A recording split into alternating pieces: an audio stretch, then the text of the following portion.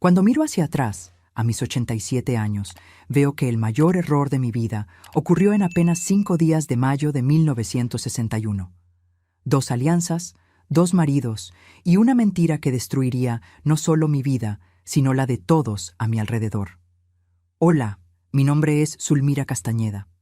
Nací en 1938, en un pueblito tan pequeño en el interior de Michoacán, que probablemente nunca han oído hablar de él, Paracho, cerca de Uruapan.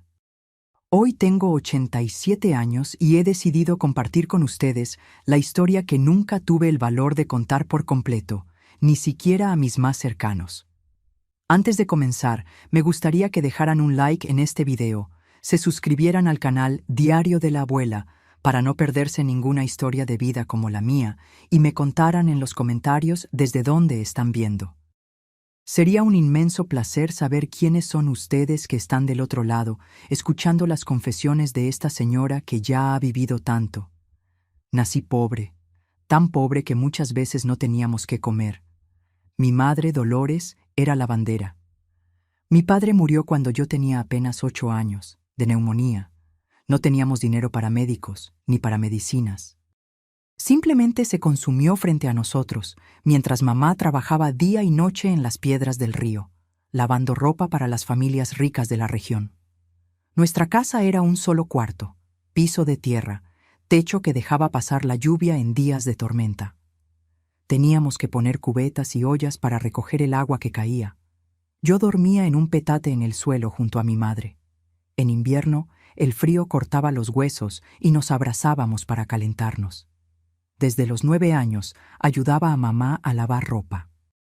Mis pequeñas manos ya conocían el peso de los bultos, el ardor del jabón de sosa, el dolor de los sabañones que se abrían en invierno. La escuela fue por apenas 2 años. Aprendí a leer, escribir y hacer cuentas básicas. Después, el trabajo tomó todo mi tiempo. Las otras niñas de mi edad jugaban con muñecas, soñaban con vestidos bonitos, con la fiesta de quinceañera.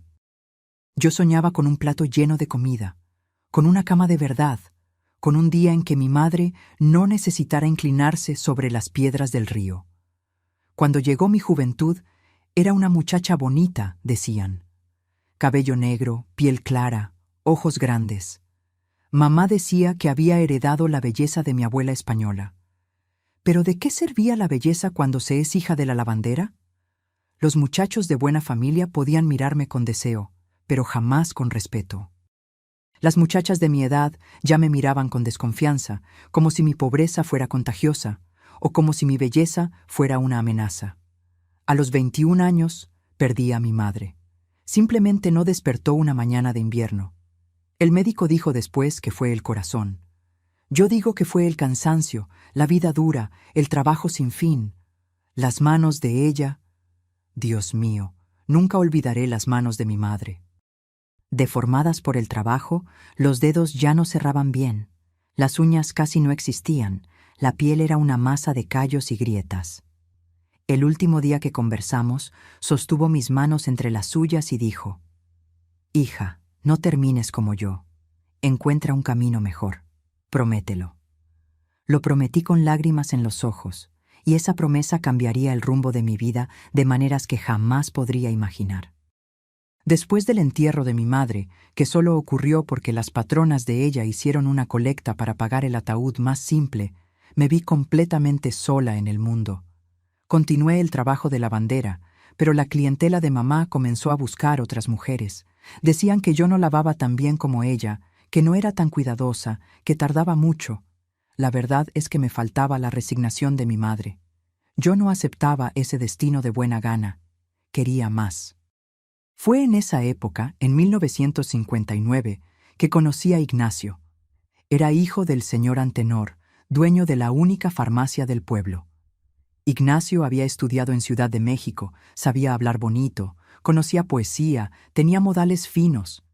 Cuando iba a entregar ropa limpia a su casa, a veces lo encontraba en el patio, fumando escondido de su padre. Comenzó a conversar conmigo, a hacerme preguntas sobre mi vida, a mostrarme libros que había traído de la capital. Por primera vez, Alguien me miraba no como la pobre hija de la lavandera, sino como una persona, una mujer. Ignacio me decía que era inteligente, que merecía más de la vida, que tenía una belleza diferente a las otras muchachas del pueblo. «Tienes luz propia, Zulmira», decía. Y yo, tonta que era, bebía cada palabra como si fuera agua en el desierto. Nuestros encuentros se volvieron más frecuentes, más íntimos. Me esperaba en el camino al río, o acordaba encontrarse conmigo detrás de la iglesia al final de la tarde, siempre escondido, siempre con miedo de que su padre lo descubriera. El señor Antenor era un hombre severo, orgulloso de su posición en el pueblo. Jamás aceptaría que su único hijo se involucrara con la hija de la lavandera. En uno de esos encuentros, después de meses de palabras dulces y promesas veladas, Ignacio me besó por primera vez. Fue detrás de la capilla de San Benito cuando el sol ya se ponía. Mi corazón casi se salió por la boca. Nunca antes me habían besado. En mi ingenuidad, pensé que aquello significaba un compromiso, que él estaba dispuesto a enfrentar a su padre por mí. «Vámonos de aquí, Zulmira», me dijo después de algunos encuentros más. «Te llevaré a Ciudad de México. Tengo un amigo allá que puede conseguirme un empleo en su farmacia. Nunca más tendrás que lavar ropa en la vida. Tendrás vestidos bonitos, una casa de verdad, quizás hasta puedas estudiar». Aquellas palabras eran todo lo que más quería oír. La promesa de una vida lejos de aquel lugar, lejos de la pobreza, lejos de los recuerdos dolorosos. Una oportunidad de cumplir la promesa que le hice a mi madre en su lecho de muerte. «¿Pero tu padre?», vacilé. «Mi padre tendrá que aceptarlo tarde o temprano. Pero primero necesitamos establecernos. Cuando vea que estamos bien, que conseguimos construir una vida digna, acabará perdonándonos». No sé decir si realmente creí en aquello o si solo quise creer. La verdad es que comencé a soñar con esa nueva vida, esa fuga, esa liberación. Ignacio y yo comenzamos a planear todo en secreto. Él guardaba dinero escondido de su padre. Yo juntaba cada centavo que lograba ahorrar de los lavados. Nuestro plan era huir a principios de mayo, cuando habría una fiesta en el pueblo vecino e Ignacio podría salir sin levantar sospechas. Fue exactamente en ese periodo, cuando nuestros planes ya estaban casi listos, que el destino puso a Juvenal en mi vida. Juvenal Mendoza era un comerciante de telas que viajaba por todo el estado. Un hombre de casi 35 años, de apariencia común, pero de trato gentil.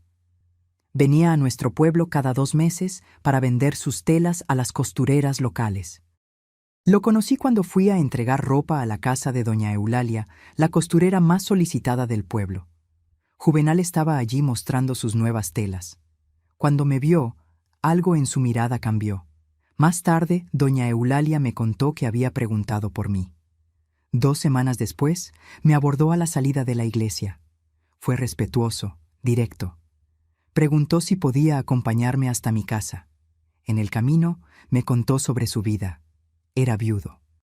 Su esposa había muerto en el parto de su primer hijo, que tampoco sobrevivió. Desde entonces vivía en el camino vendiendo telas, construyendo su pequeña fortuna. «Estoy cansado de esta vida de viajante, doña Zulmira», me dijo. «Quiero establecerme en Guadalajara, abrir una tienda fija, pero una tienda necesita una mujer detrás, alguien que cuide, que organice, que dé vida al lugar». No entendí de inmediato lo que estaba insinuando. Pensé que solo estaba compartiendo sus planes conmigo, como lo haría un amigo. «Usted es una mujer trabajadora, honesta, bonita. La he estado observando desde hace algunas visitas. Veo cómo lidia con las dificultades, cómo se mantiene digna a pesar de las circunstancias. Es el tipo de mujer que me gustaría tener a mi lado». Fue cuando me di cuenta de que aquello era una especie de propuesta, no de amor, tal vez, pero de asociación, de una vida estable, de respeto. «Señor Juvenal, apenas lo conozco», respondí avergonzada. «El tiempo nos hará conocernos, doña Zulmira. Le estoy ofreciendo una casa propia, un negocio próspero, una vida de respeto. Usted nunca más tendrá que inclinarse sobre las piedras del río. Piénselo, volveré en una semana por su respuesta». Y así lo hizo. Volvió exactamente una semana después, mientras yo tendía ropa en el tendedero improvisado detrás de mi casa. Estaba arreglado, afeitado, con un paquete en las manos. Era un corte de tela azul, el más bonito que jamás había visto. Para que usted se haga un vestido nuevo si acepta mi propuesta. Yo aún no había dado mi respuesta. Mi cabeza era un desorden. Por un lado estaba Ignacio, con sus promesas de amor, de una vida en Ciudad de México, pero sin garantías concretas. Por otro, estaba Juvenal, un hombre que apenas conocía, pero que ofrecía seguridad, estabilidad, una casa propia, un negocio establecido. El miedo a la pobreza es un consejero terrible, mis queridos. Cuando pasas hambre, cuando sientes en la piel el desprecio de los demás, cuando ves a tu madre morir de tanto trabajar, haces cualquier cosa para escapar de ese destino. Cualquier cosa. Fue entonces cuando tuve el pensamiento más insensato de mi vida. Un pensamiento que lo cambiaría todo, que arruinaría tantas vidas, que me marcaría para siempre. ¿Y si pudiera tener las dos opciones? ¿Y si pudiera garantizar que no importara cuál de ellos cumpliera su promesa, yo estaría segura? Era una locura, lo sabía. Pero la desesperación nos lleva a lugares oscuros del alma. Lugares donde la moral, los principios, todo lo que nos enseñaron como correcto parece distante y sin importancia ante la necesidad de sobrevivir. Le dije a Juvenal que aceptaba su propuesta, pero que necesitaría tiempo para organizar mi partida. Él se puso tan feliz que apenas cabía en sí mismo. Prometió volver en 2 semanas con todo preparado para llevarme a Guadalajara, donde nos casaríamos y comenzaríamos nuestra vida juntos. Mientras tanto, continué con los planes de fuga con Ignacio. Él había conseguido convencer a un escribano amigo en el pueblo vecino para que nos casara por lo civil, sin muchas preguntas. Todo estaba marcado para el lunes, 17 de mayo de 1961. En los días que precedieron a esa fecha, apenas pude dormir. Lo que estaba a punto de hacer era inimaginable. Era un pecado terrible a los ojos de Dios y de la sociedad. Pero el miedo hablaba más fuerte. El miedo de terminar como mi madre. El miedo de ser abandonada. El miedo al hambre, a la miseria. En la mañana del día 17, me encontré con Ignacio en el camino que llevaba al pueblo vecino. Él estaba nervioso, pero decidido. Tomamos un aventón con un lechero hasta llegar allí. El escribano nos esperaba en su notaría. El procedimiento fue rápido, frío. Firmé el papel con manos temblorosas. Estaba hecho. Yo era oficialmente la señora Zulmira Jiménez, esposa de Ignacio Jiménez. Volvimos a nuestro pueblo el mismo día. Ignacio me dejó cerca de mi casa con la promesa de que en 3 días, cuando su padre fuera a Ciudad de México a resolver negocios, huiríamos juntos. Me dio un beso apasionado y se fue sin saber lo que yo planeaba hacer a continuación. 2 días después, el miércoles, arreglé mi única maleta con las pocas pertenencias que tenía. Escondí mi certificado de matrimonio con Ignacio en el fondo de una lata de galletas vacía. El jueves, cuando Ignacio fue a trabajar a la farmacia de su padre, me encontré con Juvenal en la estación de autobús, como habíamos acordado. Él estaba radiante. Había comprado pasajes de primera clase, un lujo que jamás había experimentado. Durante el viaje hasta Guadalajara, me contó todos sus planes para la tienda, para nuestra casa, para nuestra vida juntos. Y yo, Dios me perdone, sonreí y fingí que compartía aquella alegría mientras mi corazón pesaba con la culpa de lo que estaba haciendo. Llegamos a Guadalajara el viernes.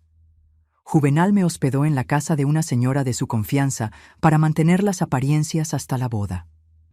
El sábado, 22 de mayo, nos casamos en la iglesia matriz de la ciudad.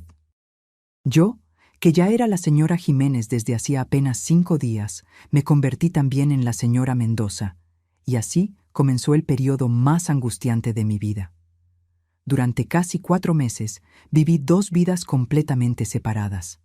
Cuando Ignacio decía que necesitaba quedarse en la farmacia por algunos días, yo enviaba un recado a Juvenal diciendo que necesitaba visitar a una prima enferma en Paracho.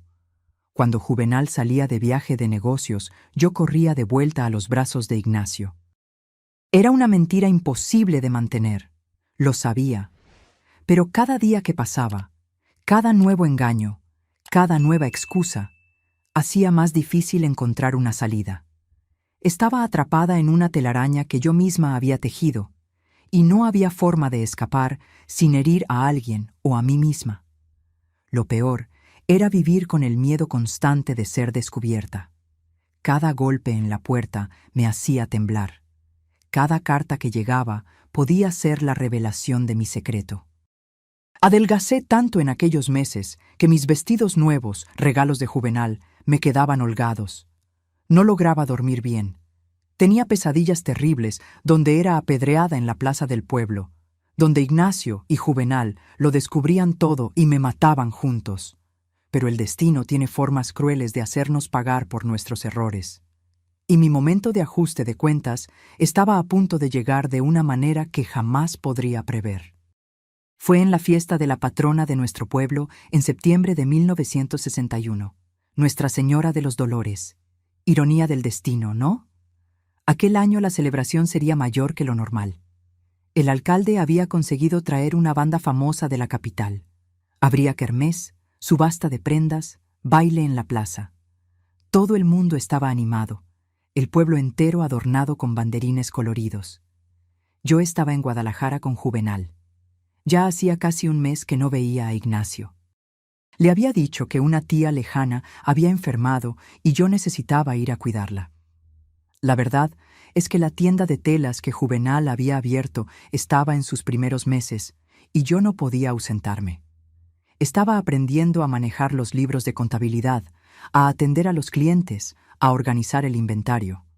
Juvenal se enorgullecía de lo rápido que aprendía, de cómo tenía facilidad para el comercio. Dios sabía lo que hacía cuando te puso en mi camino, Zulmira, me decía casi todos los días. Y yo sonreía, tragándome la culpa que me corroía por dentro. Porque la verdad es que, incluso viviendo en aquella terrible mentira, había comenzado a sentir algo por Juvenal. No era la pasión arrebatadora que sentía por Ignacio, sino un sentimiento tranquilo, hecho de gratitud, de admiración, tal vez hasta un tipo diferente de amor. Él me trataba con tanto respeto, con tanta consideración. Nadie nunca me había tratado así antes. Recibí un telegrama de Ignacio aquella semana. Decía solamente: vuelve para la fiesta de la patrona. Tengo novedades, te extraño. Y mi corazón se aceleró al leer aquello. ¿Qué novedades serían? ¿Sería que finalmente estaba listo para llevarme a Ciudad de México para comenzar la vida que me había prometido? Le dije a Juvenal que necesitaba volver a Paracho para la fiesta de la patrona. Era tradición. Nunca había faltado. Sería extraño si no apareciera. Él entendió, como siempre. Juvenal era así, comprensivo, paciente. Vuelvo el lunes, mi bien, diviértete en la fiesta, reza por nosotros a la Santa. Partí el viernes por la mañana con el corazón a saltos. La ansiedad por volver a ver a Ignacio se mezclaba con el miedo constante de ser descubierta. Llegué a Paracho al final de la tarde. Mi pequeña casa seguía allí, cerrada. La mantenía para tener dónde quedarme cuando volvía y también como parte de mi disfraz. Para Ignacio, yo vivía allí y visitaba a la prima enferma de vez en cuando. Para Juvenal, yo vivía con esa prima y visitaba Paracho ocasionalmente. Ignacio vino a verme tan pronto como supo que había llegado. Estaba diferente, más delgado, con ojeras profundas. Dijo que me había extrañado mucho, que no veía la hora de que finalmente estuviéramos juntos de verdad. Lo conseguí, Zulmira. Finalmente lo conseguí. Sus ojos brillaban de excitación. Conseguí un empleo en la farmacia de mi amigo Augusto en Ciudad de México. Podemos partir la próxima semana para siempre. Mi sangre se heló. El momento que tanto temía y al mismo tiempo deseaba había llegado. Tendría que elegir. No podría continuar con aquella farsa imposible. ¿Y tu padre? ¿Él lo sabe? Todavía no. Se lo diré después de la fiesta. Se pondrá furioso, claro, pero ya soy un hombre hecho. No puede impedírmelo. y cuando vea que estamos bien establecidos, lo aceptará, estoy seguro. Yo quería creer en aquello. Quería creer que finalmente tendríamos nuestra oportunidad, que todos aquellos meses de mentiras habrían valido la pena. Pero una parte de mí ya no confiaba tanto en Ignacio como antes. Había visto cómo Juvenal cumplía sus promesas, cómo era responsable, cómo me daba seguridad. E Ignacio, todavía eran solo palabras, solo planes para el futuro. La fiesta comenzó el sábado. La plaza de la Matriz estaba hermosa, toda iluminada, con lámparas coloridas, puestos de comidas típicas, juegos, la banda tocando. Parecía que el pueblo entero estaba allí. Yo usaba un vestido nuevo, regalo de Juvenal, aunque Ignacio pensaba que lo había hecho con tela comprada con mis ahorros. Fue una noche agradable. Ignacio estaba cariñoso, atento. Bailamos juntos, comimos dulces, conversamos sobre nuestros planes. Por algunas horas, olvidé a mi otro marido, mi otra vida, la mentira monstruosa que vivía. El domingo, la fiesta continuaría después de la misa solemne. Ignacio y yo acordamos encontrarnos en la plaza al atardecer. Pasé el día en casa pensando, tratando de decidir qué haría. ¿Iría con Ignacio a Ciudad de México? ¿Volvería con Juvenal a Guadalajara? ¿Cómo explicaría mi desaparición a cualquiera de ellos? Cuando el sol comenzaba a ponerse, me arreglé y salí hacia la plaza. El corazón pesado, la cabeza llena de dudas. Divisé a Ignacio de lejos, esperándome cerca del kiosco. Caminé en su dirección, tratando de sonreír, tratando de parecer normal. Fue entonces cuando lo vi.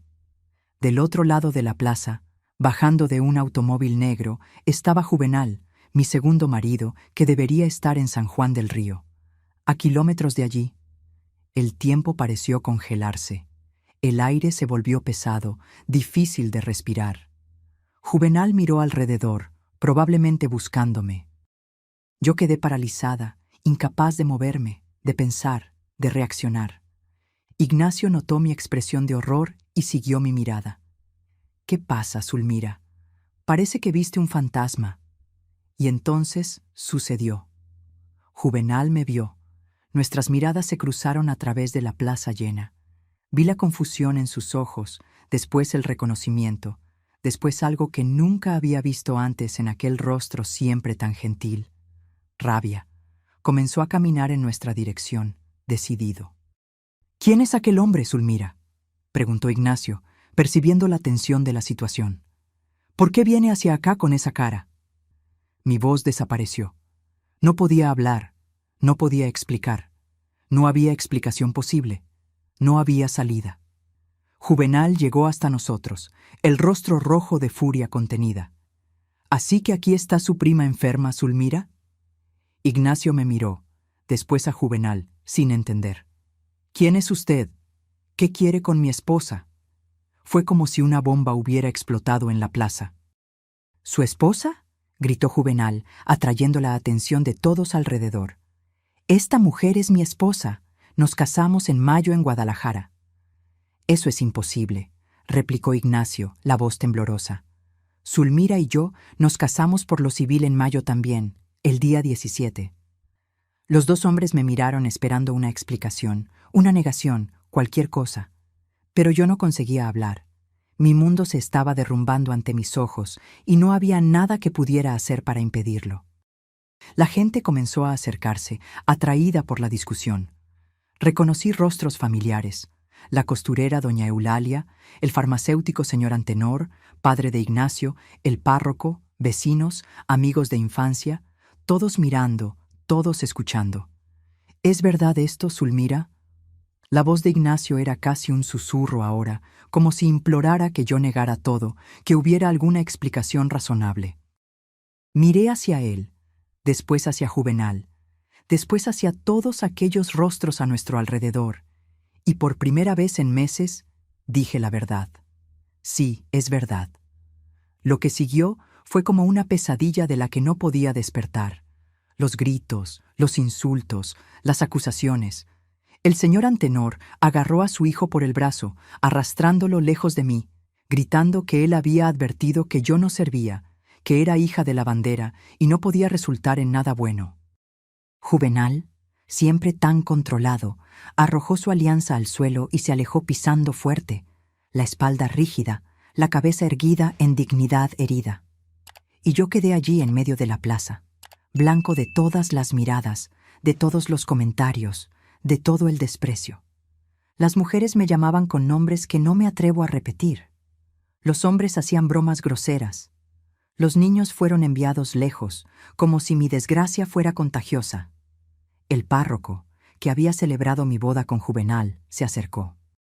Su rostro era una máscara de decepción y condena. Has cometido un pecado gravísimo, Zulmira. La bigamia es un crimen a los ojos de Dios y de los hombres. No puedes seguir formando parte de esta comunidad. No hubo juicio formal, no hubo tribunal, pero la sentencia fue clara. Estaba desterrada. Nadie más me dirigiría la palabra, nadie me daría trabajo, nadie me vendería comida. Ya no existía para aquel pueblo que había sido mi único hogar durante 23 años. Volví a mi casa tambaleándome, las piernas débiles, el rostro lavado de lágrimas. Tomé lo poco que tenía de valor, algunas ropas, las alianzas que ahora pesaban como plomo en mis dedos, el dinero que había guardado en caso de emergencia. Lo puse todo en un bulto, como había visto a mi madre hacer tantas veces cuando nos mudábamos de casa, huyendo del alquiler atrasado. No esperé a que amaneciera. Salí en medio de la noche, escabulléndome por las calles desiertas. La fiesta había terminado abruptamente, pero yo sabía que al día siguiente todo el pueblo estaría comentando el escándalo. No podía estar allí para oír, para ver las miradas, para soportar la humillación. Caminé hasta la estación de autobús a varios kilómetros del pueblo. Cuando el primer autobús de la mañana llegó, compré un pasaje para el destino más distante que pude pagar, Ciudad de México. Aunque nunca había ido más allá de Guadalajara, sabía que Ciudad de México era lo suficientemente grande para perderme, para esconderme, para comenzar de nuevo. El viaje duró casi 2 días, con varias paradas. Apenas comí, apenas dormí, siempre mirando por encima del hombro, temiendo ver a Ignacio o a Juvenal, o a algún conocido que pudiera delatarme. Cuando finalmente llegué a la terminal de autobuses del norte en Ciudad de México, estaba exhausta, hambrienta, desesperada. La ciudad me devoró, tan grande, tan ruidosa, tan diferente de todo lo que conocía. Las personas caminaban apresuradas, nadie miraba a nadie. Los edificios eran tan altos que apenas se veía el cielo. Los automóviles, los tranvías, el movimiento constante. Yo, una simple muchacha del interior, me sentí perdida, insignificante. Mi dinero duró apenas una semana, hospedada en una pensión barata cerca de la terminal. Después tuve que buscar trabajo, cualquier trabajo. Pero ¿quién daría empleo a una mujer sola, sin referencias, sin experiencia, sin documentos en orden? Mis papeles estaban a nombre de Zulmira Jiménez o Zulmira Mendoza, pero no podía usar ninguno de ellos sin arriesgarme a ser encontrada. Conocí el hambre de verdad en aquellos primeros meses en Ciudad de México. El tipo de hambre que duele, que consume, que te hace considerar cosas que jamás pensaste que serías capaz. Dormí en bancas de plaza, en albergues cuando conseguía algunas monedas, una vez hasta en el hueco de una escalera de un edificio en construcción. Fue cuando estaba en mi momento más desesperado que conocí a doña Jacinta. Yo hurgaba en un bote de basura detrás de un restaurante, buscando algo para comer, cuando ella me vio. En vez de expulsarme como esperaba, me llamó para entrar. Doña Jacinta era la cocinera del restaurante, una señora morena de mediana edad, con una sonrisa fácil y ojos que parecían ver a través del alma. Me dio de comer aquel día, un plato lleno, comida caliente de verdad, por primera vez en semanas. Mientras yo devoraba, ella no hizo preguntas, solo se quedó allí observando. Cuando terminé, limpié mi boca con el dorso de la mano, avergonzada de mis modales, de mi apariencia, de mi situación. Gracias, señora, que Dios se lo pague. Dios ya me paga cada día dándome salud para trabajar. respondió con esa sabiduría simple que solo las personas que ya han sufrido mucho poseen. ¿Tienes dónde dormir, muchacha? Negué con la cabeza, los ojos bajos. ¿Necesitas trabajo? La miré, un destello de esperanza encendiéndose dentro de mí. Sí, señora. Hago cualquier cosa. Sé lavar, planchar, limpiar, cocinar un poco.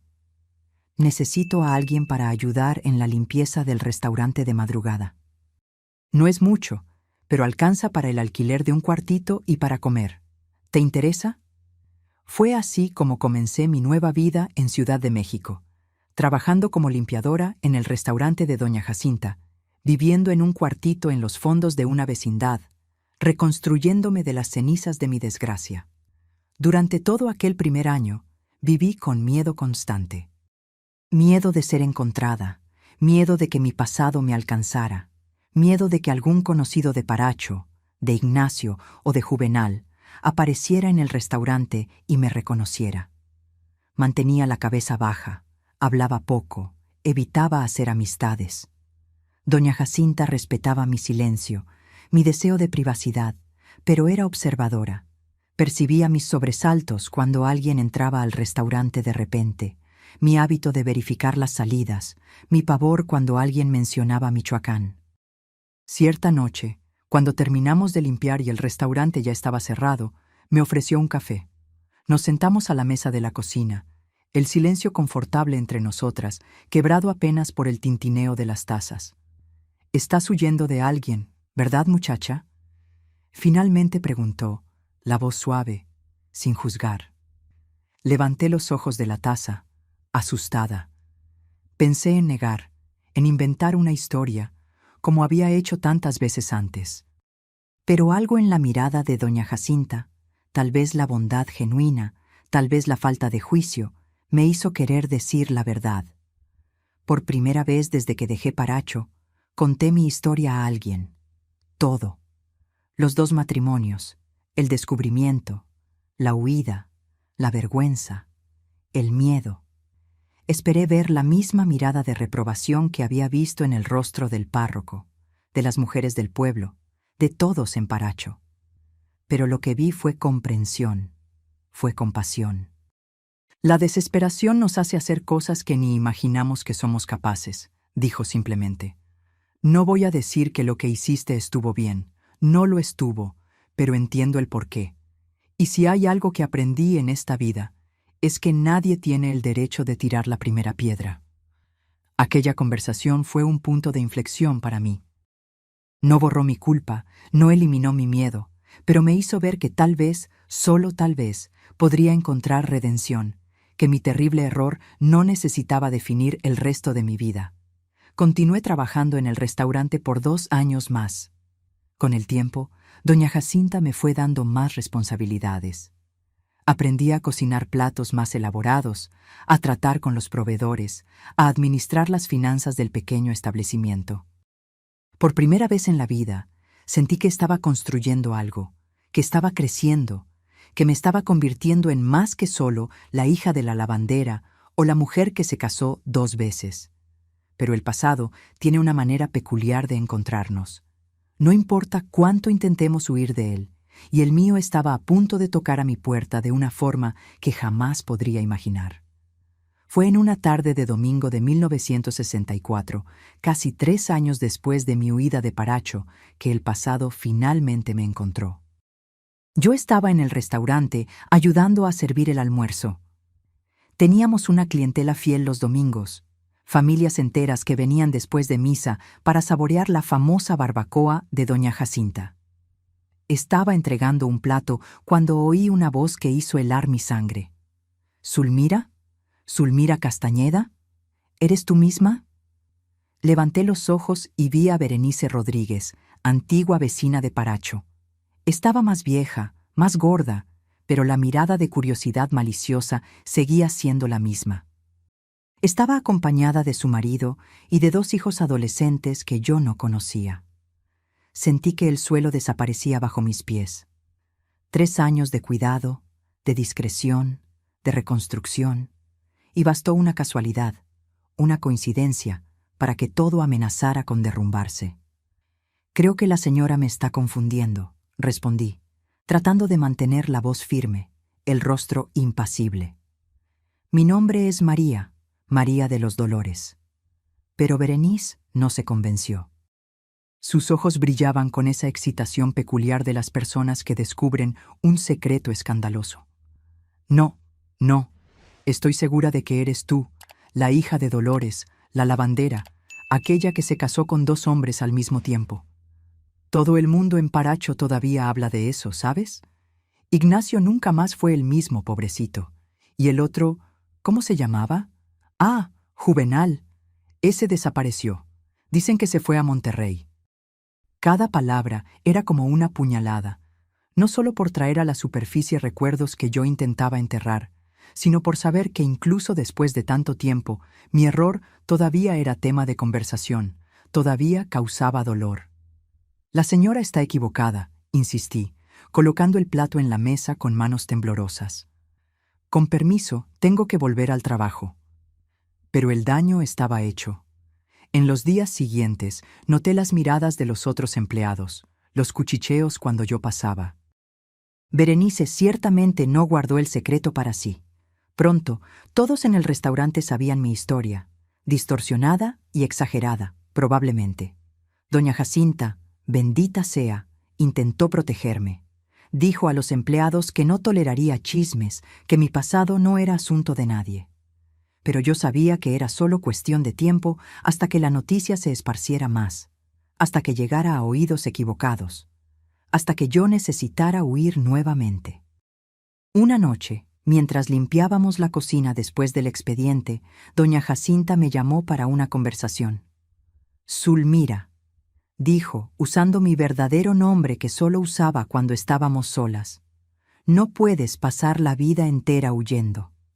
¿Qué más puedo hacer si Ignacio o Juvenal descubren dónde estoy? Ya han pasado 3 años, muchacha. Ellos siguieron con sus vidas. Tú necesitas seguir con la tuya también. De verdad, no solo escondida detrás de un nombre falso, siempre mirando por encima del hombro. Ella tenía razón, lo sabía. Pero ¿cómo recomenzar de verdad? ¿Cómo enfrentar el pasado, las consecuencias de mis actos? Tengo una sobrina que trabaja en el Hospital General, continuó doña Jacinta. Están necesitando auxiliares. No se necesita mucha experiencia, ellos capacitan. Es un trabajo honrado, Zulmira, un trabajo que ayuda a personas. La idea de trabajar en un hospital nunca se me había ocurrido, pero había algo atractivo en aquello. Tal vez cuidando de otras personas, podría de alguna forma compensar el mal que había causado. Pero mis documentos están todos a nombre de Casada. Si uso cualquiera de ellos, puedo ser rastreada. Entonces, saca documentos nuevos. Recomienza de cero de verdad, no como María de los Dolores, sino como Zulmira Castañeda. Enfrenta tu pasado con la cabeza erguida. Tardé semanas considerando la sugerencia. El miedo todavía era fuerte, pero por primera vez en años sentí también algo diferente. Esperanza. Esperanza de una vida que no fuera solo sobrevivir, esconder, temer. Una vida con propósito. En enero de 1965, entré por primera vez al Hospital General como auxiliar de servicios generales. Mi trabajo era simple: limpiar cuartos, cambiar ropa de cama, ayudar a transportar pacientes. Nada glamuroso, nada extraordinario. Pero había una dignidad en aquel trabajo que nunca había sentido antes.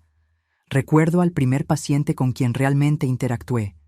Era un señor anciano, internado con neumonía, sin familia que lo visitara. Mientras cambiaba sus sábanas, me tomó la mano de repente. «Señorita», dijo, la voz débil, «¿podría darme un vaso de agua?» Una petición simple, banal incluso, pero la gratitud en sus ojos, cuando regresé con el agua, cuando lo ayudé a beber, me conmovió profundamente.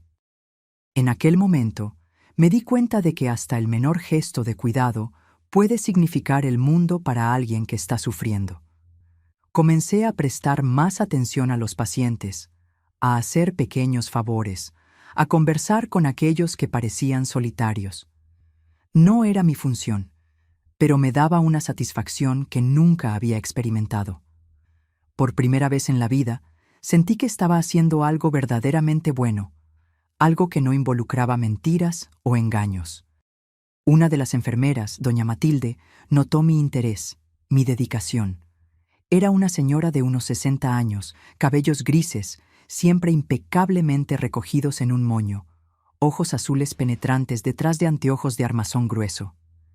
«Tienes madera para esto, ¿sabes?», me dijo cierto día mientras me observaba ayudar a una paciente anciana a alimentarse.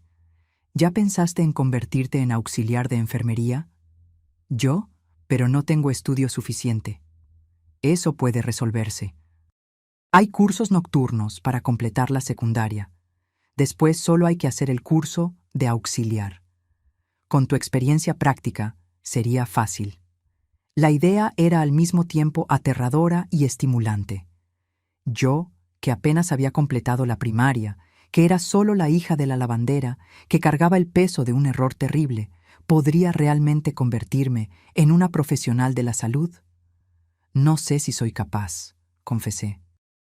Todos somos capaces de mucho más de lo que imaginamos, Sira, principalmente cuando encontramos un propósito mayor que nosotros mismos. Aquellas palabras me acompañaron por días. Un propósito mayor que yo misma. Era exactamente eso lo que buscaba, ¿no? Una forma de compensar el mal que había hecho, de dar algún sentido a mi sufrimiento y al sufrimiento que causé a otros. En marzo de aquel mismo año, me matriculé en un curso nocturno para completar la secundaria. Trabajaba en el hospital durante el día, estudiaba de noche, dormía apenas lo esencial. Fue un periodo de agotamiento físico, pero también de un despertar intelectual que nunca había experimentado. Descubrí que me gustaba aprender, que tenía facilidad con biología y ciencias naturales. Las matemáticas eran más difíciles, pero me esforzaba el doble. Cada nueva comprensión, cada pequeña victoria académica era un paso lejos de aquella muchacha desesperada que había cometido un error tan grave por miedo a la pobreza. Fueron 2 años intensos hasta completar la secundaria. Doña Matilde me acompañó durante todo el proceso, animándome, prestándome libros, a veces hasta ayudándome con las lecciones más difíciles. Se convirtió en más que una mentora. Se convirtió en la amiga que nunca tuve, la madre que perdí tan temprano. En 1967, a los 29 años, comencé el curso de auxiliar de enfermería.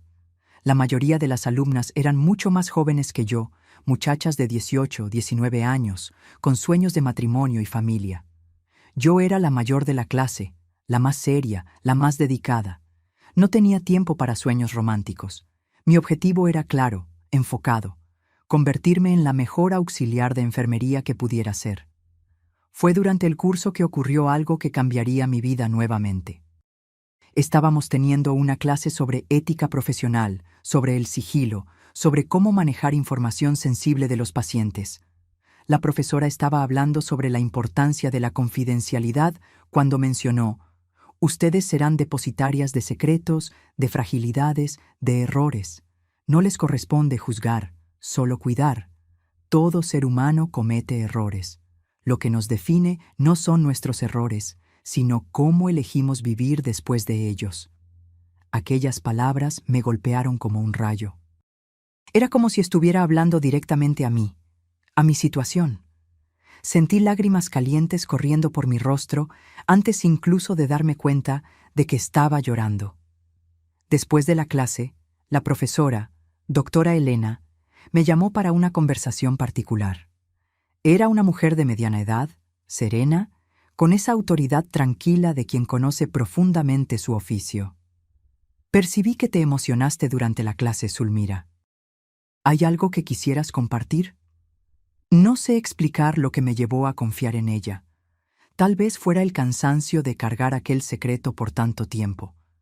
Tal vez fuera la necesidad de ser verdaderamente vista por alguien, de ser juzgada por quien era ahora, no solo por mi error del pasado. Le conté todo: mi infancia pobre, la muerte de mi madre, mi desesperación, los 2 matrimonios, la huida, los años de miedo y culpa.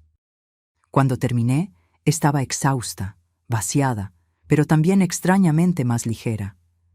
Esperé ver la misma mirada de reprobación que vi en el rostro del párroco en Paracho, pero lo que encontré fue comprensión. «Gracias por confiar en mí con tu historia, Zulmira», dijo simplemente. «¿Sabes lo que veo frente a mí?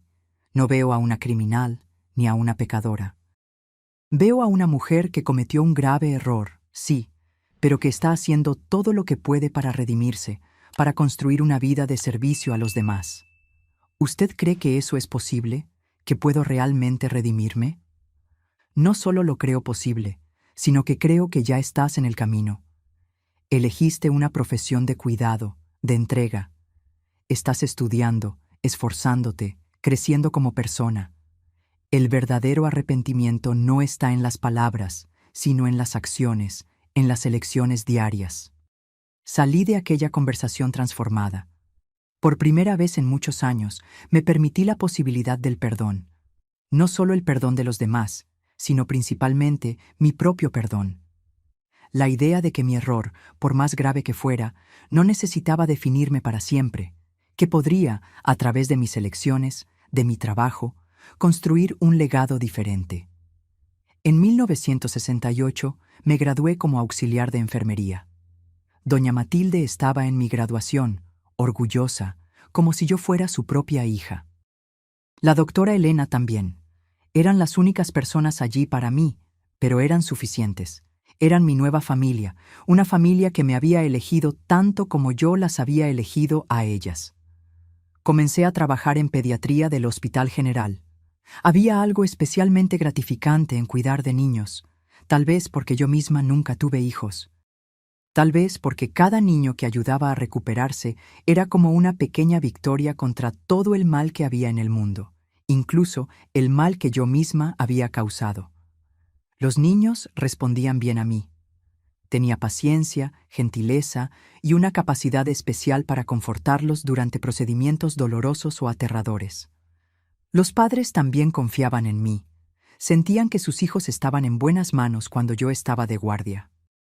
Había días difíciles, claro, días en que perdíamos pacientes, en que el dolor parecía mayor que cualquier posibilidad de cura.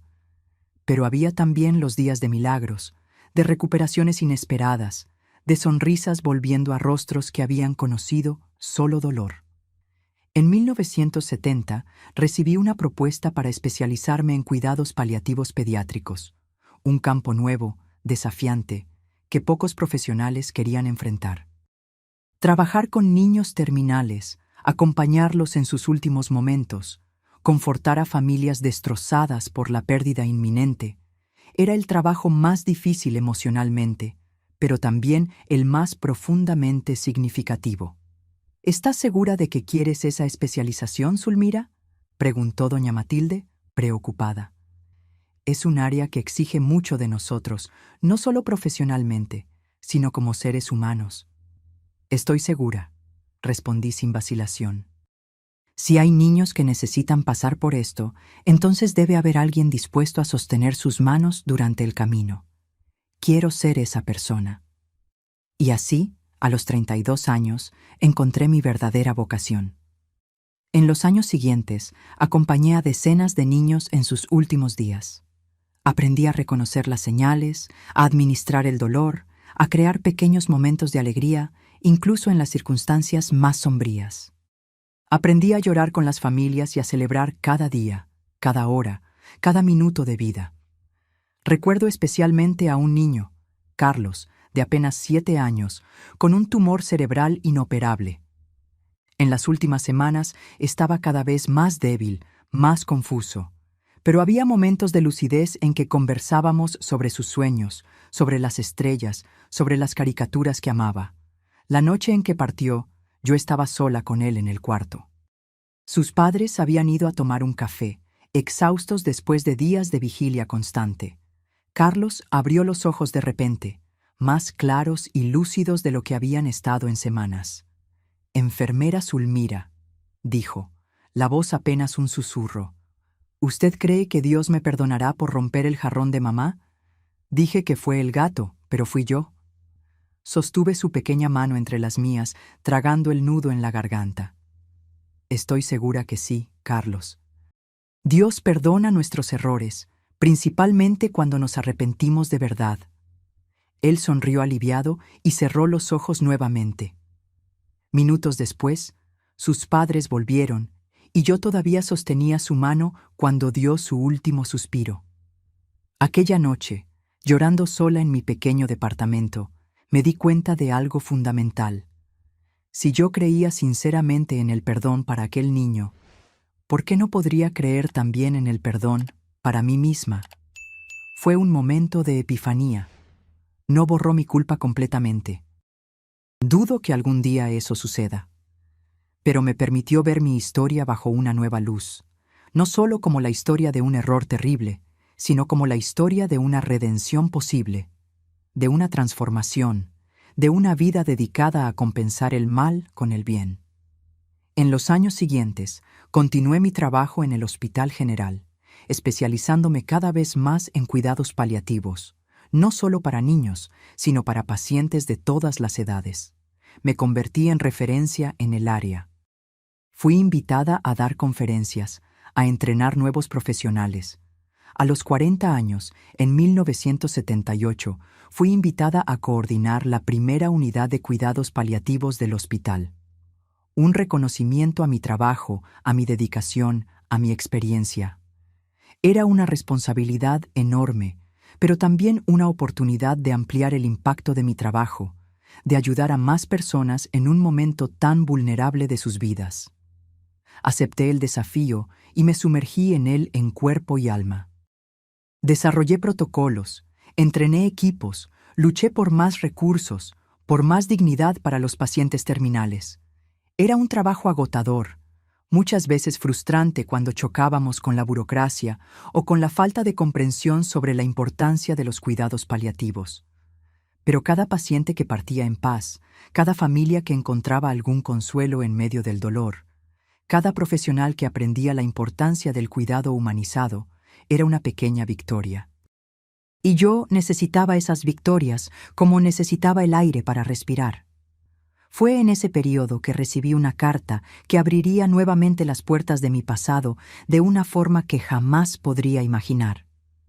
La carta llegó en un día común de 1980, cuando yo ya tenía 42 años. La recibí en mi pequeño departamento en la colonia Roma, donde vivía desde hacía casi una década. Era un sobre simple, amarillento, con mi nombre y dirección, escritos en una caligrafía temblorosa que no reconocí de inmediato.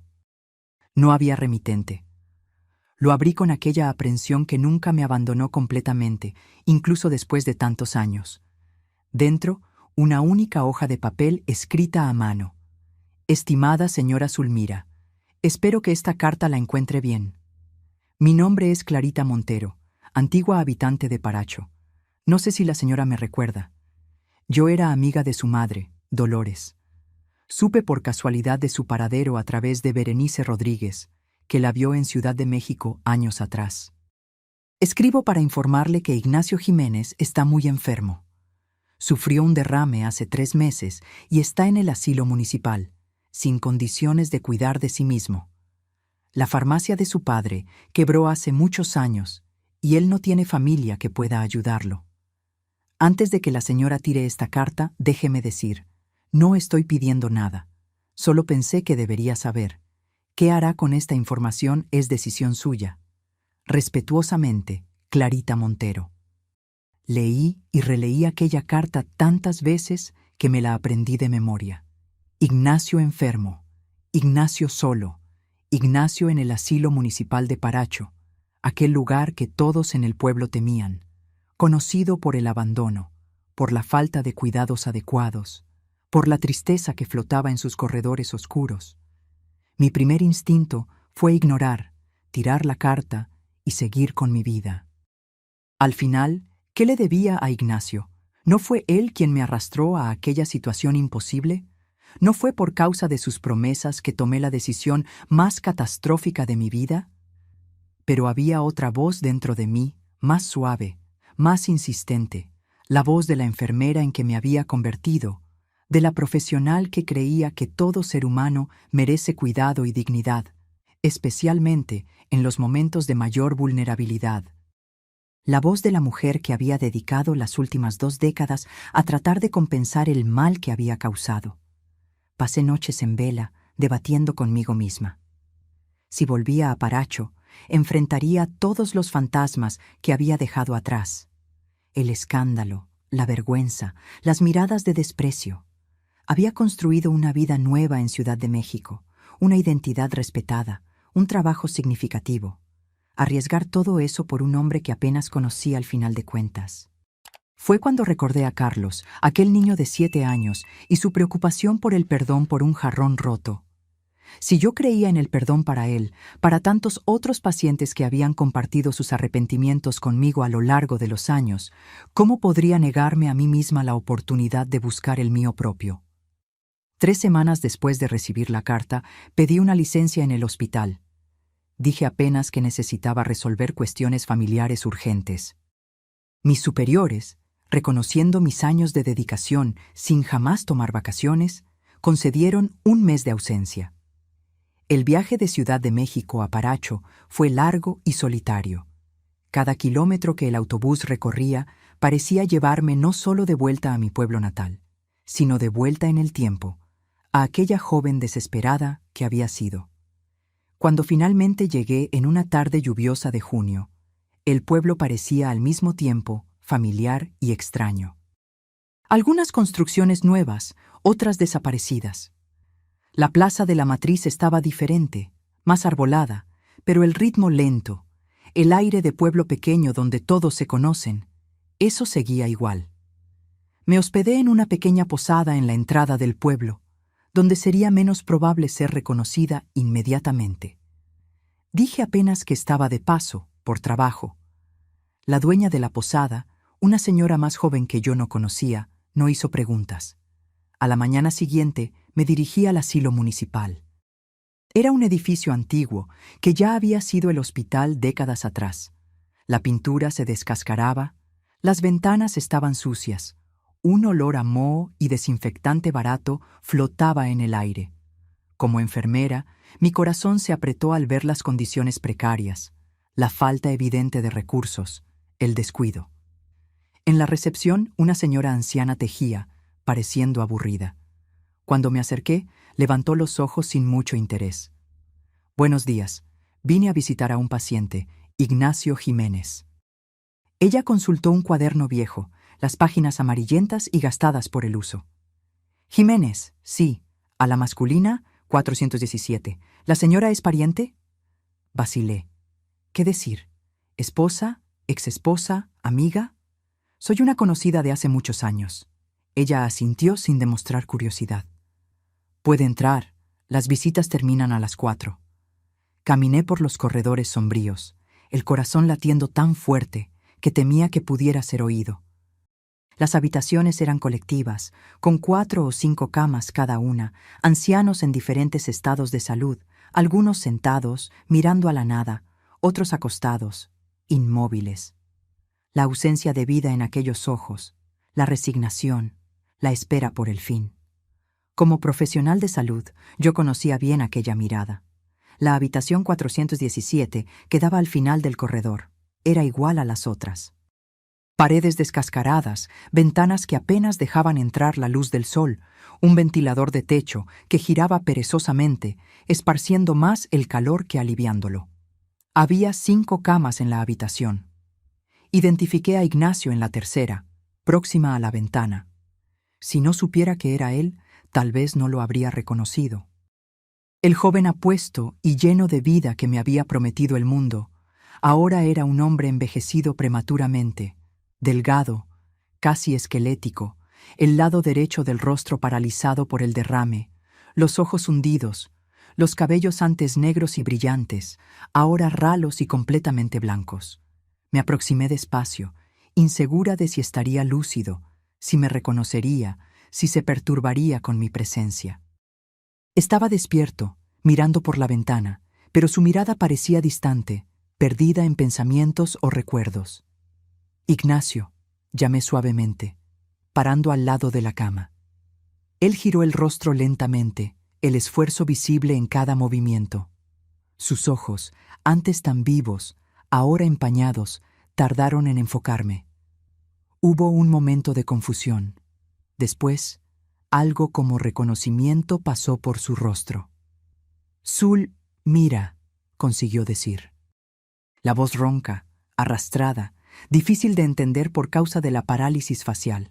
Asentí, sintiendo las lágrimas formarse en mis ojos.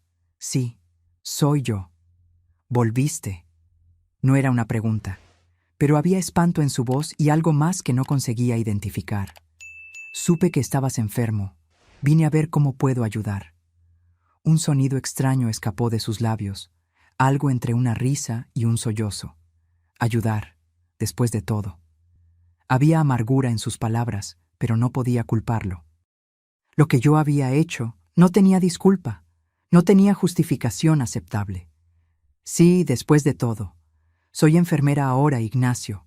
Trabajo con pacientes en situaciones como la tuya. Sé que no puedo deshacer el pasado, pero puedo intentar hacer algo por tu presente. Él me miró por un largo momento, como si intentara descifrar mis intenciones, como si buscara alguna señal de falsedad, de engaño. Finalmente, giró el rostro hacia la ventana nuevamente. «¿Por qué te importa?» Era una pregunta justa. ¿Por qué me importaba? ¿Por qué había viajado cientos de kilómetros, enfrentado mis peores miedos, para ver a un hombre que apenas conocí, con quien viví una mentira por pocos meses, hace casi 20 años? Porque he pasado toda mi vida adulta tratando de compensar el mal que causé. Porque aprendí que todos merecen cuidado y dignidad, especialmente cuando están vulnerables. Porque tal vez, ayudándote, pueda finalmente encontrar algún tipo de paz. Él no respondió, pero una lágrima solitaria corrió por el lado no paralizado de su rostro. Nos quedamos en silencio por algún tiempo. Apenas el ruido del ventilador y la respiración difícil de Ignacio llenando el aire. En los días siguientes, establecí una rutina. Pasaba las mañanas en el asilo, ayudando en los cuidados, no solo de Ignacio, sino de otros pacientes también. Mi experiencia como enfermera fue inmediatamente notada y apreciada por la única empleada sobrecargada que intentaba atender a todos los ancianos. Traía pequeños consuelos, una pomada mejor para las escaras, una almohada más adecuada, alimentos más fáciles de tragar para quienes tenían dificultad para deglutir. Cosas simples, pero que hacían diferencia en la calidad de vida de aquellas personas. Con Ignacio, la relación era compleja. En los primeros días, apenas hablaba, solo me observaba con aquellos ojos que habían perdido el brillo. Poco a poco, sin embargo, comenzó a abrirse. Me contó sobre su vida después del escándalo, cómo su padre lo repudió, cómo la farmacia quebró, cómo cayó en el alcoholismo, cómo pasó años vagando de pueblo en pueblo, haciendo trabajos temporales, hasta que el derrame lo trajo de vuelta a Paracho, sin tener a dónde ir más allá del asilo municipal. No había acusación directa en sus palabras, pero yo sentía el peso de la responsabilidad. No es que yo fuera la única culpable por sus elecciones, por su destino, pero había contribuido, sin duda, al rumbo que su vida tomó. Una tarde, mientras lo ayudaba a alimentarse, me hizo la pregunta que yo temía desde el primer día. «¿Y Juvenal?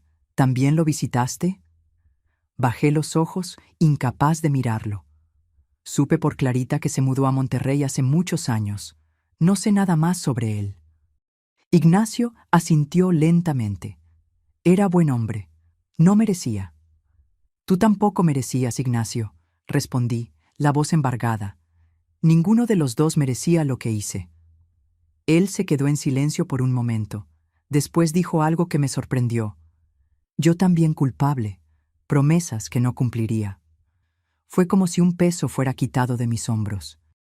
No es que eso justificara mis acciones, pero saber que Ignacio reconocía su parte en aquella historia compleja, que no me veía solo como la villana, trajo un alivio que no sabía que necesitaba. Éramos jóvenes, desesperados, cada uno a su manera, respondí. Tú por aprobación, yo por seguridad. Hicimos elecciones terribles. Y ahora, viejos, sin tiempo. Había una tristeza profunda en aquellas palabras simples. el reconocimiento de vidas desperdiciadas, de oportunidades perdidas, de caminos que no podrían ser retomados. 3 semanas pasaron así, en conversaciones difíciles, en silencios cargados, en pequeños gestos de cuidado. El estado de Ignacio empeoraba gradualmente. El derrame había sido severo, afectando no solo su movilidad y habla, sino también órganos internos. Los médicos, que raramente aparecían en el asilo, habían sido claros. Era solo cuestión de tiempo. En una mañana particularmente calurosa de julio, llegué al asilo y encontré a Ignacio más agitado que lo normal. Su respiración era más laboriosa, su rostro más pálido. Reconocí las señales inmediatamente. Trabajando con cuidados paliativos, desarrollas un sexto sentido para la proximidad de la muerte.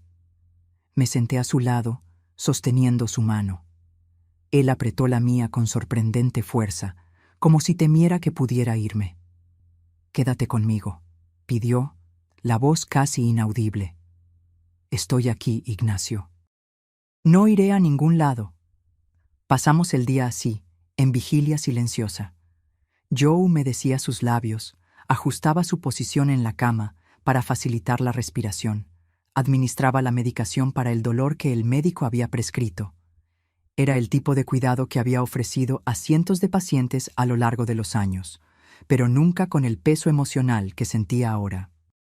Al final de la tarde, cuando el sol comenzaba a ponerse, lanzando una luz dorada por la habitación simple, Ignacio tuvo un momento de claridad. Sus ojos se fijaron en los míos con una lucidez que no había mostrado en semanas. «Zulmira», dijo, la voz sorprendentemente firme, «te perdono». Sentí las lágrimas correr libremente por mi rostro. «Y yo te pido perdón, Ignacio, por todo». Él esbozó una sonrisa. «Somos libres ahora». Fueron sus últimas palabras. Horas después, cuando la noche ya había caído, Ignacio Jiménez partió de este mundo, sosteniendo mi mano, su rostro sereno, en paz. Providencié el funeral, simple pero digno. Para mi sorpresa, algunas personas aparecieron. Antiguos amigos, exempleados de la farmacia, vecinos. Nadie me trató con el desprecio o la hostilidad que yo temía. Tal vez el tiempo hubiera suavizado la memoria del escándalo, o tal vez el pueblo tuviera problemas más recientes para comentar. Clarita estaba allí. Fue la única que se aproximó directamente a mí después de la ceremonia. «Fue valiente de tu parte volver, Zulmira». «No fue valentía, Clarita. Fue necesidad.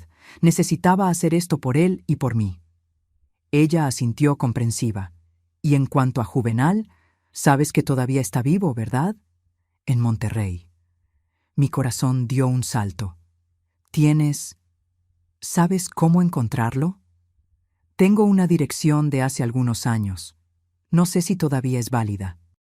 Ella dudó, después añadió, «Se casó nuevamente, tiene hijos adultos ahora, una vida establecida».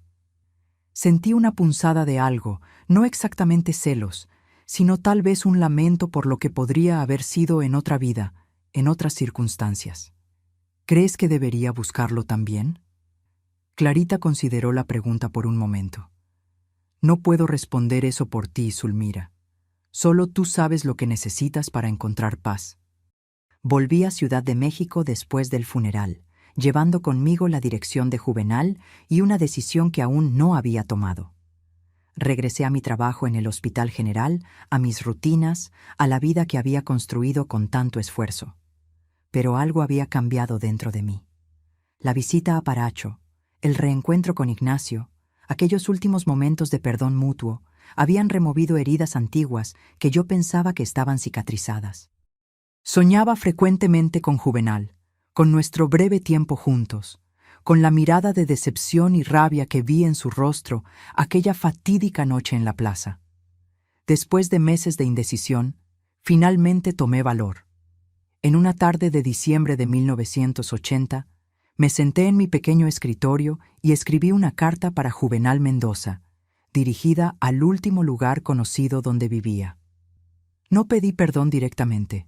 Sabía que era pedir demasiado, que algunas heridas son demasiado profundas para palabras.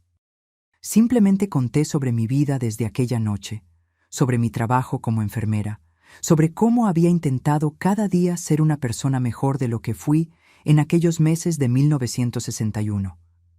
Terminé diciendo, no espero respuesta, ni la merezco. Solo quería que supieras que nunca olvidé el mal que causé y que dediqué mi vida a tratar de compensarlo, no solo para ti, sino para todos aquellos que cruzan mi camino necesitando cuidado y compasión. Envié la carta sin grandes expectativas. Probablemente la dirección estuviera desactualizada, o Juvenal la tiraría sin leer, o su esposa la interceptaría. Pero había hecho mi parte, dado el paso que necesitaba dar. Semanas pasaron sin respuesta, como esperaba. La vida continuó su curso normal, hasta que en febrero de 1981 recibí un sobre simple con sello postal de Monterrey. Dentro, una tarjeta blanca con apenas una frase, escrita en una caligrafía que reconocí inmediatamente, incluso después de tantos años. Que Dios nos perdone a ambos. Era todo. Ningún rencor expreso, ningún perdón explícito, pero tampoco odio o acusación. Apenas el reconocimiento de nuestra humanidad compartida, de nuestras fallas, de nuestra necesidad común de redención. Guardé aquella tarjeta como un tesoro.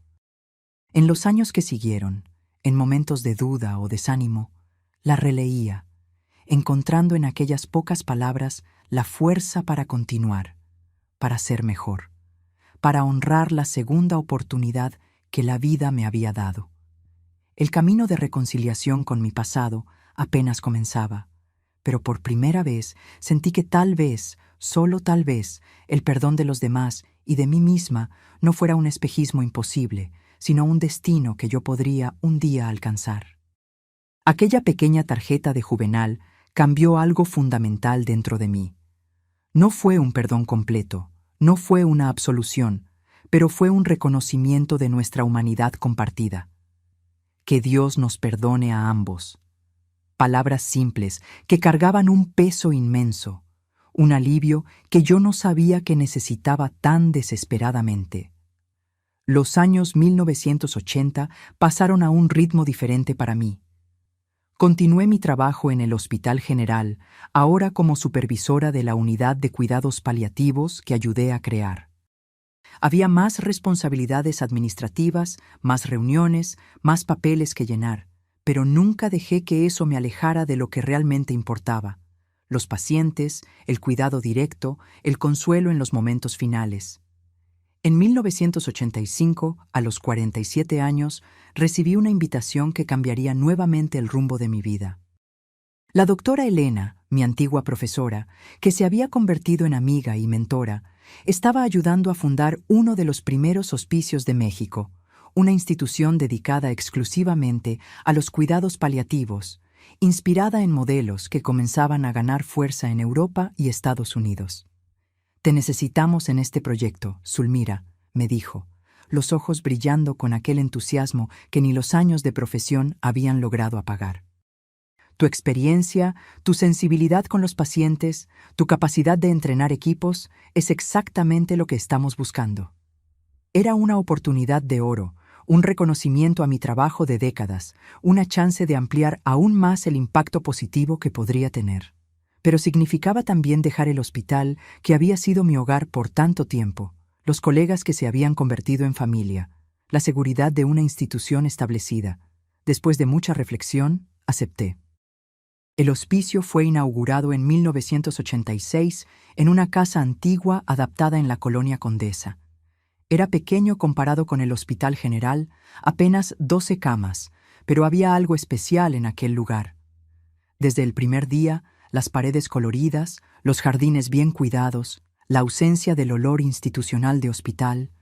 Era un lugar donde las personas podían vivir sus últimos días con dignidad, no solo morir rodeadas de tubos y máquinas. Mi papel era coordinar el equipo de enfermería, pero también ayudar a establecer la filosofía del cuidado. Trabajábamos con un enfoque holístico, cuidando no solo de los síntomas físicos, sino también de las necesidades emocionales, psicológicas y espirituales de los pacientes y sus familias. Fue el periodo más gratificante de mi carrera. ver pacientes terminales que llegaban asustados, sufriendo, gradualmente encontrando confort, paz, hasta incluso momentos de alegría en sus últimos días. No hay palabras para describir lo que esto significaba para mí. Cada sonrisa, cada apretón de mano agradecido, cada familia que encontraba fuerzas para enfrentar el duelo con serenidad. Todo esto me daba la certeza de que estaba en el camino correcto. En 1990, publiqué mi primer artículo en una revista especializada de enfermería. Era sobre técnicas de control del dolor en pacientes terminales. Nada revolucionario, apenas una compilación de las prácticas que habíamos desarrollado en el hospicio, basadas tanto en la ciencia como en la observación cuidadosa de cada paciente como un individuo único. Para mi sorpresa, el artículo tuvo una repercusión mucho más allá de lo que esperaba. Comenzaron a llegar invitaciones para conferencias, para consultorías en otros hospitales que querían implementar unidades de cuidados paliativos, para participación en congresos. Yo, que siempre había trabajado tras bastidores, de repente me vi en el papel de educadora, de referencia en el área. Fue aterrador al principio. ¿Quién era yo para enseñar a otros? Una mujer que apenas había completado la secundaria regularmente, que había estudiado enfermería ya adulta, que cargaba un secreto tan pesado del pasado.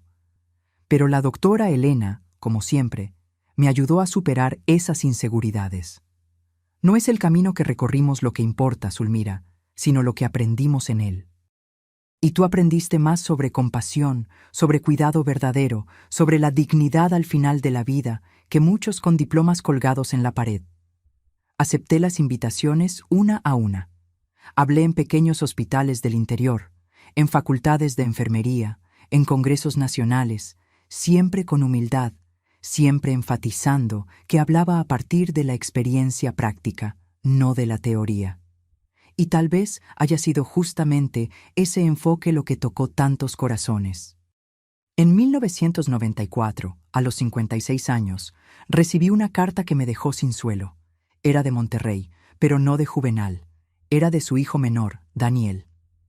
Estimada señora Zulmira, mi nombre es Daniel Mendoza, hijo menor de Juvenal. Mi padre falleció hace 2 semanas de un ataque cardíaco. Fue rápido, no sufrió. Entre sus pertenencias encontramos su carta de 1981, cuidadosamente guardada en una caja junto con otros documentos importantes. También encontramos un sobre dirigido a usted, sellado, pero nunca enviado. Dentro, una carta fechada en 1993. Después de conversar con mi madre y mi hermano mayor, decidimos que lo correcto sería enviarle esta carta. Mi padre nunca nos contó detalles sobre el pasado de ustedes. Solo mencionó cierta vez, cuando yo ya era adulto, que hubo una mujer antes de mi madre que lo había herido profundamente, pero que él había aprendido a perdonar. Sea cual fuere la historia entre ustedes, espero que esta carta traiga alguna paz. Respetuosamente, Daniel Mendoza. Junto a esta nota estaba el sobre que Juvenal había preparado, pero nunca enviado. Mis manos temblaban tanto que apenas podía abrirlo. Dentro, varias páginas escritas en aquella caligrafía que yo todavía reconocía, incluso después de tantos años, incluso habiendo visto apenas una breve tarjeta en 1981. Querida Zulmira, es extraño comenzar una carta así después de tantos años, después de todo, pero no puedo pensar en otro modo de dirigirme a ti. Recibí tu carta en 1981. En la época, respondí apenas con una tarjeta. No estaba listo para más, para expresar todo lo que sentía. Todavía había mucho dolor, mucha confusión, pero tu carta se quedó conmigo todos estos años. La releo ocasionalmente. Supe por casualidad, a través de un reportaje en una revista de salud, del trabajo importante que has estado haciendo. Vi tu foto. Estabas más vieja, claro, como todos nosotros, pero todavía reconocía esos ojos, esa expresión determinada. Sentí orgullo. Sí, orgullo. Por más extraño que eso pueda parecer, la vida nos lleva por caminos inesperados, ¿no es así?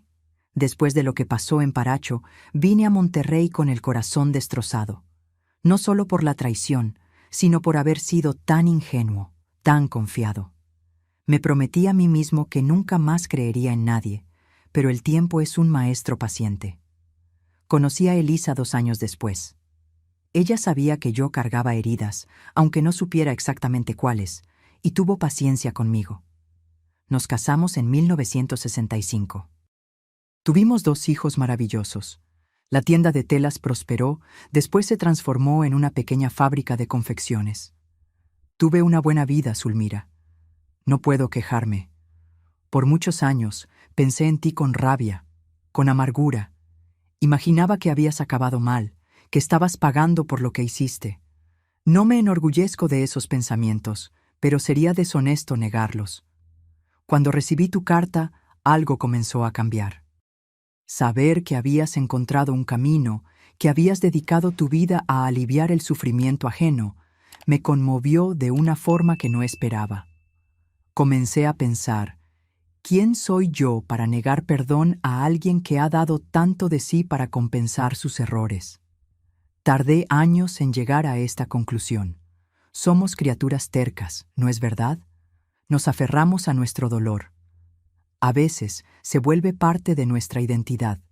Soltar el rencor es casi como perder un pedazo de nosotros mismos.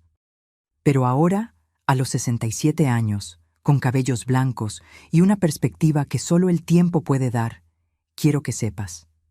Te perdono completamente, Zulmira, no solo con palabras en una tarjeta, sino con todo mi corazón. No sé si nuestras vidas se cruzarán nuevamente en este mundo. Tal vez sea mejor así, pero quería que supieras que pienso en ti con cariño ahora y que deseo sinceramente que encuentres paz en los años que todavía nos quedan en esta tierra. Con afecto, Juvenal. Leí aquella carta tantas veces que los dobleces del papel comenzaron a desgastarse. El perdón que yo había buscado por tantos años, finalmente expresado de forma completa, inequívoca. Y Juvenal nunca llegó a enviar la carta, nunca supo cuánto significaría para mí. El destino tiene esas ironías, respondía Daniel, agradeciéndole por haber enviado la carta de su padre. No entré en detalles sobre nuestro pasado. Apenas dije que Juvenal y yo nos habíamos conocido en la juventud, que yo había cometido errores que lo hirieron profundamente y que su perdón significaba más para mí de lo que las palabras podrían expresar. También pregunté tímidamente si sería posible visitar su tumba algún día. Daniel respondió semanas después, gentilmente, diciendo que yo sería bienvenida cuando quisiera. Incluyó la dirección del cementerio y una nota. Mi padre raramente hablaba del pasado, pero cuando lo hacía, había cierta melancolía en sus ojos. Creo que usted fue importante para él de una forma que nunca comprendimos completamente. En mayo de 1995 hice el viaje hasta Monterrey.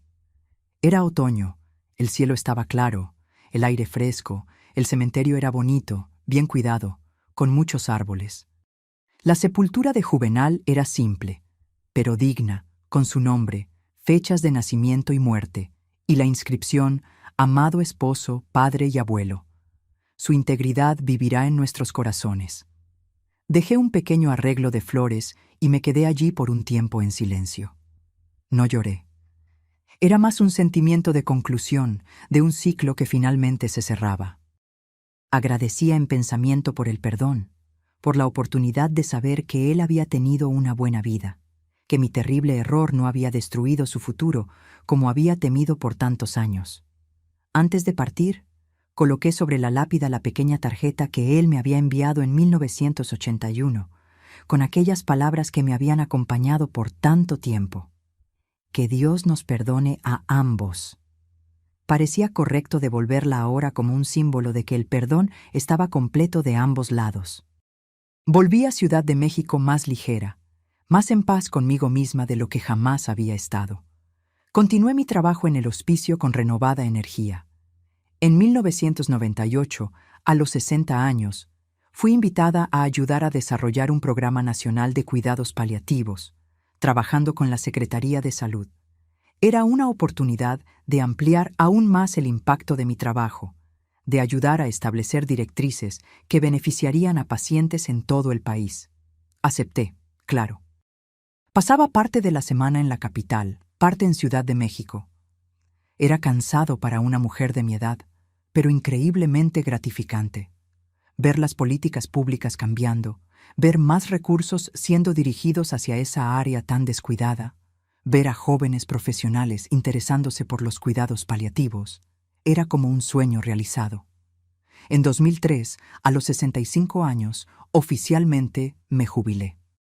Oficialmente es la palabra clave aquí, porque en la práctica continué trabajando como consultora, dando conferencias, orientando proyectos, pero ahora podía hacerlo a mi ritmo, eligiendo lo que aceptaba, reservando más tiempo para mí misma. Fue en ese periodo que comencé a escribir mis memorias, no con la intención de publicar. ¿Quién se interesaría por la historia de una enfermera común? Pero como una forma de hacer las paces con el pasado, de organizar mis experiencias, de extraer algún sentido de la jornada extraordinaria que había sido mi vida. Escribí sobre todo, mi infancia pobre en Paracho, la muerte de mi madre, mi desesperación, los 2 matrimonios, la huida, los años de miedo y reconstrucción en Ciudad de México, mi carrera en enfermería, los encuentros con Ignacio y Juvenal décadas después, el perdón finalmente encontrado. Fue un proceso catártico, a veces doloroso, pero necesario. Al releer lo que había escrito, percibí patrones, conexiones, lecciones que no había notado mientras vivía los eventos. Vi cómo cada elección, cada error, cada acierto me había conducido exactamente a donde necesitaba estar. En 2008, recibí un diagnóstico que cambiaría nuevamente mi perspectiva. Cáncer de mama, ya en estadio avanzado. La ironía no me escapó. Yo, que había dedicado décadas a cuidar de pacientes terminales, ahora me convertía en una. Pero, al contrario de lo que muchos podrían pensar, no recibí la noticia con desesperación. Había cierta paz en saber que mi tiempo estaba llegando al fin, que la jornada estaba próxima a su conclusión natural. No temía la muerte. ¿Cómo podría, después de haber presenciado tantos pasajes, tantos finales dignos y serenos? Opté por no hacer tratamientos agresivos que apenas prolongarían lo inevitable. Conocía demasiado bien los límites de la medicina, el sufrimiento innecesario que muchas veces acompaña la obstinación terapéutica. Elegí cuidados paliativos, justamente aquellos que había ayudado a desarrollar a lo largo de mi carrera. Mis colegas del hospicio me acogieron como paciente. Era extraño estar del otro lado, ser cuidada en vez de cuidar, pero había también una belleza en eso, un cierre de círculo. Los jóvenes enfermeros y médicos que yo había entrenado ahora cuidaban de mí con la misma compasión, la misma atención a los detalles, el mismo respeto por la dignidad que yo siempre había defendido. Durante ese periodo, recibí visitas de muchos que habían cruzado mi camino profesional. Exalumnos, colegas, incluso familiares de pacientes que yo había ayudado años antes. Era conmovedor ver el impacto que mi trabajo había tenido, las vidas que había tocado, muchas veces sin siquiera darme cuenta.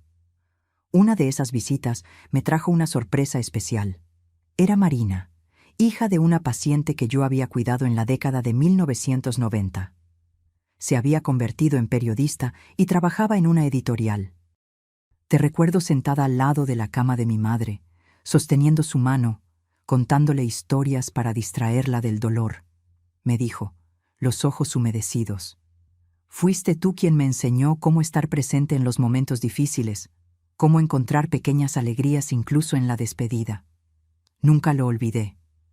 Me sentí conmovida, claro, pero no entendía por qué ella me había buscado específicamente después de tantos años.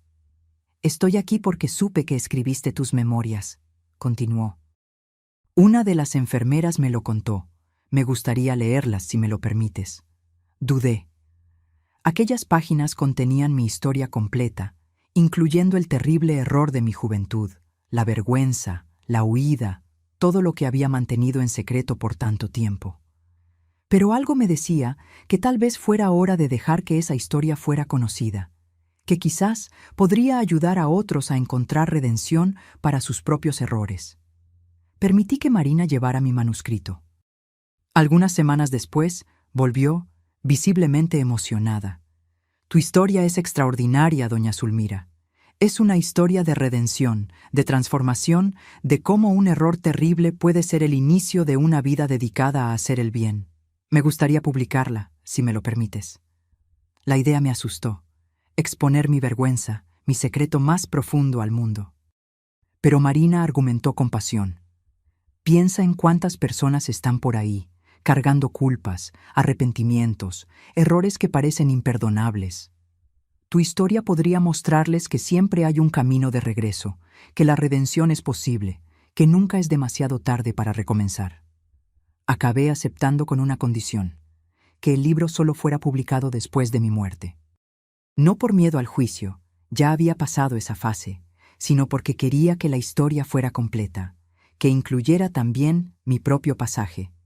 Y ahora aquí estoy, a los 87 años, grabando este testimonio como un complemento a las memorias escritas. El cáncer avanzó. Los médicos dicen que tengo apenas algunas semanas. No siento miedo ni tristeza, solo una profunda gratitud por la jornada extraordinaria que fue mi vida. Sé que muchos que escuchen o lean mi historia se sentirán impactados por lo que hice en mi juventud. Matrimonios dobles, mentiras, huida. No busco justificaciones.